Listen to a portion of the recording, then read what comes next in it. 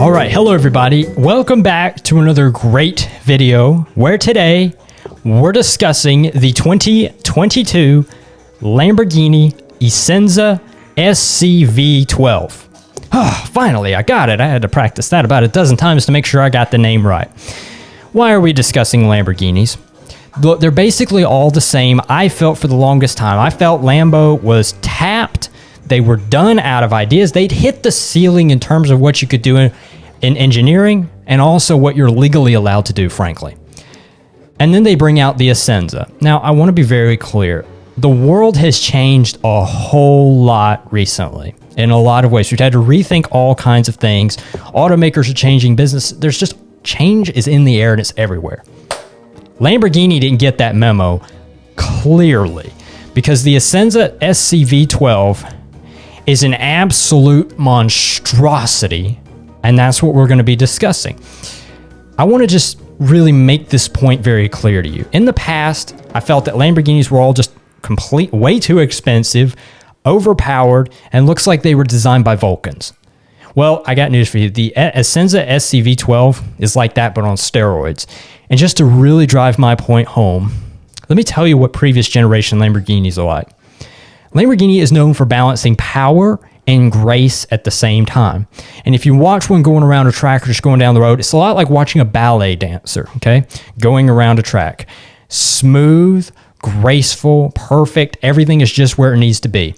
The Essenza SCV12 is more like watching Mecha Godzilla go through a track. Just destroys everything in its path and nothing even stands a chance.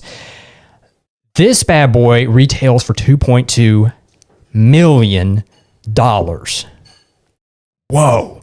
Yeah, and it's got a V12, a naturally aspirated V12 capable of putting out almost 900 horsepower.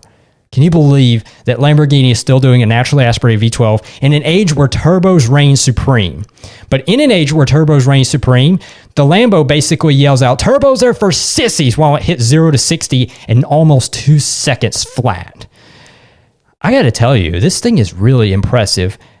I'm really not sure how it's relevant. I'm serious. Look, I love the idea, people. Really, I do. I absolutely love the idea of ridiculously overpowered cars capable of hitting these ridiculous numbers. I'm really not sure why this is relevant, given that this is not the Lamborghini that started up. Never forget that Lamborghini was started up by a farmer. A guy who just got mad that his Ferrari wasn't very quality and was determined to beat Ferrari at quality. And the original Lamborghinis were just simple, pure and simple roadsters designed to be driven on back roads and designed to have more quality than their counterpart. That's how Lamborghini got started. And somewhere along the way, they completely lost that ethos and got locked into this war with all the other supercars trying to build the biggest, baddest, fastest cars.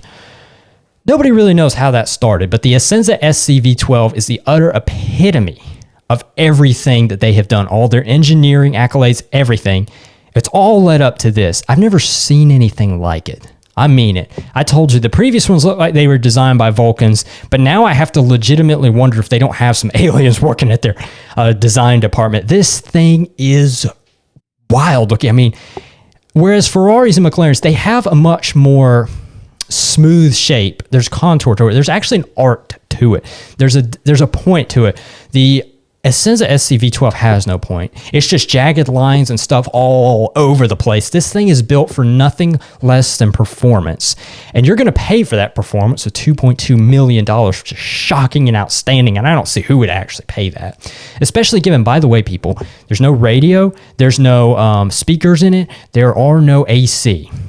There's just two itty bitty little seats that you got to be a yoga model to be able to fit into. And it has a steering wheel. And we got to talk about the steering wheel for a second. It doesn't have your traditional flat bottom steering wheel. This thing looks like a video game controller on steroids. There's all these knobs and switches, and it's got this little flat bar, fighter jet-esque sort of control going on with it. It's wild looking. I like it. I have absolutely no idea what it is or how to use it, but I like it. I just like looking at it, frankly. It's a Lamborghini that's been put on the strongest of steroids. There's nothing like it. And I'm going to tell you what's really sad about this car. This thing is the pinnacle of Lamborghini engineering.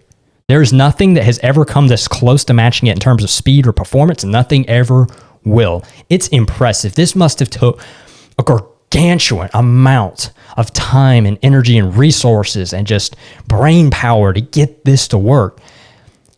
I can understand them charging all those millions of dollars for it, but here's where it's really sad.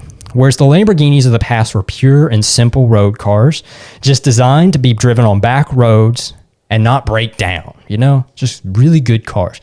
What's really sad is that this car is already sold out, all 25 of them, and we already know exactly what's going to happen. You're never going to see it on the road or on the track or anything. It's going to be bought by some multimillionaire who has more money than he knows what to do with, and it's just going to be stuck in his basement and never again see the light of day, never ever see asphalt. That's just too bad, considering what the utter magnitude of such a project. As I've told you, how powerful this thing is. It's unbelievable they've actually managed to pull this off. Really, hats off to you guys. But it is kind of sad that it'll just be stuck in a basement and never again see the light of day. I mention this just because it's fun to talk about, and it's too bad.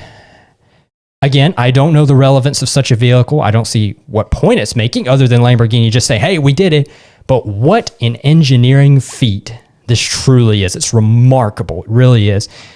And Lamborghini really has proven that they have some of the best engineers in the world to have pulled off such a vehicle. So it's a really neat vehicle.